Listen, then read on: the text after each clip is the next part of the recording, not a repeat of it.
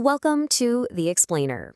Today, we're going to uncover a story, one that isn't passed down in dusty old books, but through the powerful, living rhythm of drums. Yeah, you heard that right. Let's get into it. We're talking about the Dagbon Kingdom in West Africa. And here, history isn't some dusty text on a shelf. No way. It's something that's performed, something you can feel. It's kept alive through memory, passed from one generation to the next. So, let's start right there. How is this history even preserved? Well, it's a story told not by scribes with ink and paper, but by drummers. I mean, just imagine that for a second. History isn't something you read from a scroll. It's something you hear, something that vibrates right through you, coming from the hide and wood of a talking drum. And the keepers of this incredible memory, they're called the Lunzi. But don't just think of them as musicians. No, they are so much more. They're the living libraries of their people, the guardians of a history that literally speaks and sings. Okay, so how did this incredible kingdom even get started? Let's peel back the layers of time, and I mean way back, to its legendary founding. The story all starts with a guy named Tahazi, a figure who's almost larger than life. They call him the Red Hunter. I mean, this was a warrior so fierce, so powerful, that his adventures out on the savannah became the very foundation myth for an entire dynasty. But okay, moving from legend to the more formal history, the story really kicks off with a man named Neha Gabois. We're talking about the 13th century here. And get this, he set up his royal court not in some grand stone palace, but right there in the shade of a massive ancient baobab tree. And it was from this powerful natural center that his sons were set to go out and expand their influence.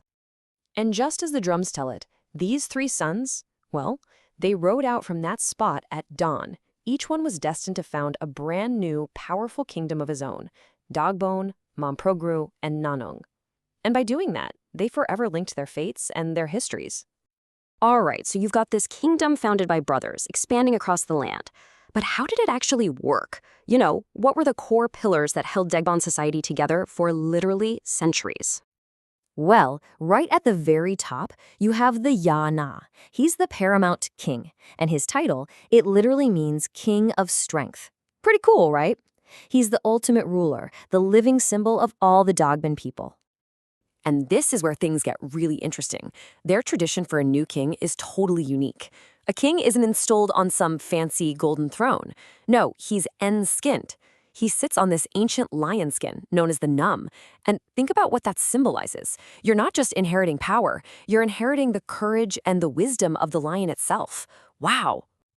And it's not just about the king.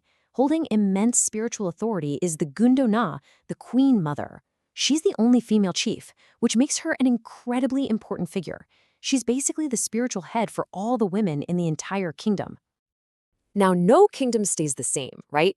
Over hundreds of years, Dagbon evolved. You had Muslim scholars arriving in the 1400s, and their Islamic traditions started to blend with the local beliefs. They also built up this really formidable cavalry of savannah warriors.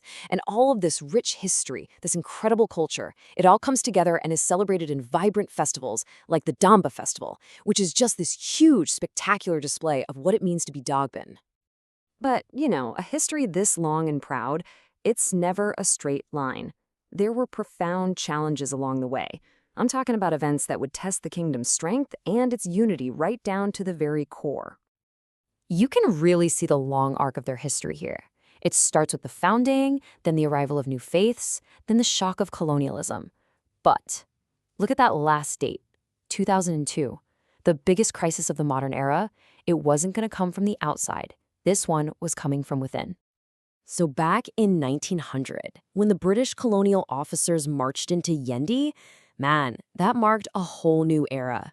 You can just picture this tense confrontation, right? A silent standoff between modern rifles on one side and traditional spears on the other.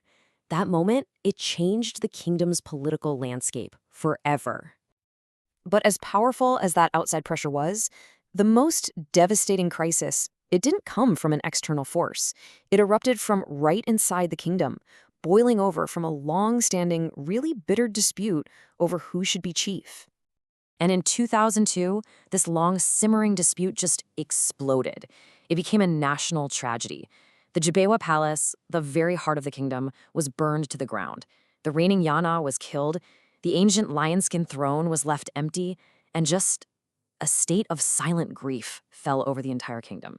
And for nearly 2 decades, think about that, almost 20 years, this was the state of Dagbon, a kingdom of ashes, a kingdom divided. But the story does not end there, not even close. It's a powerful testament to the idea that even from ashes, you can reclaim a future. And that brings us to a moment of just incredible healing, a powerful resolution for the entire Dagbon kingdom. The year is 2019. This single year marks a truly historic turning point. It's like a new dawn breaking for the people of Dagbon. You see this vibrant, triumphant ceremony, and a new Yana is finally in-skinned. But here's the most important part. Chiefs from both sides of that long, bitter conflict, the Abudu and the Andani families, they came together. They were there to celebrate, to be unified under one king again. And you have to understand, this was so much more than just a political fix. The drums, the very drums that had fallen silent in 2002 out of grief, they were drumming again, loudly. And that unified rhythm, that was the sound of a cultural and spiritual rebirth for the entire kingdom. And this incredible story of resilience leaves us with this final thought. In a world of constant change, Dagbon shows us how a tradition, kept alive not by ink but by rhythm, can endure tragedy and find its powerful voice once again.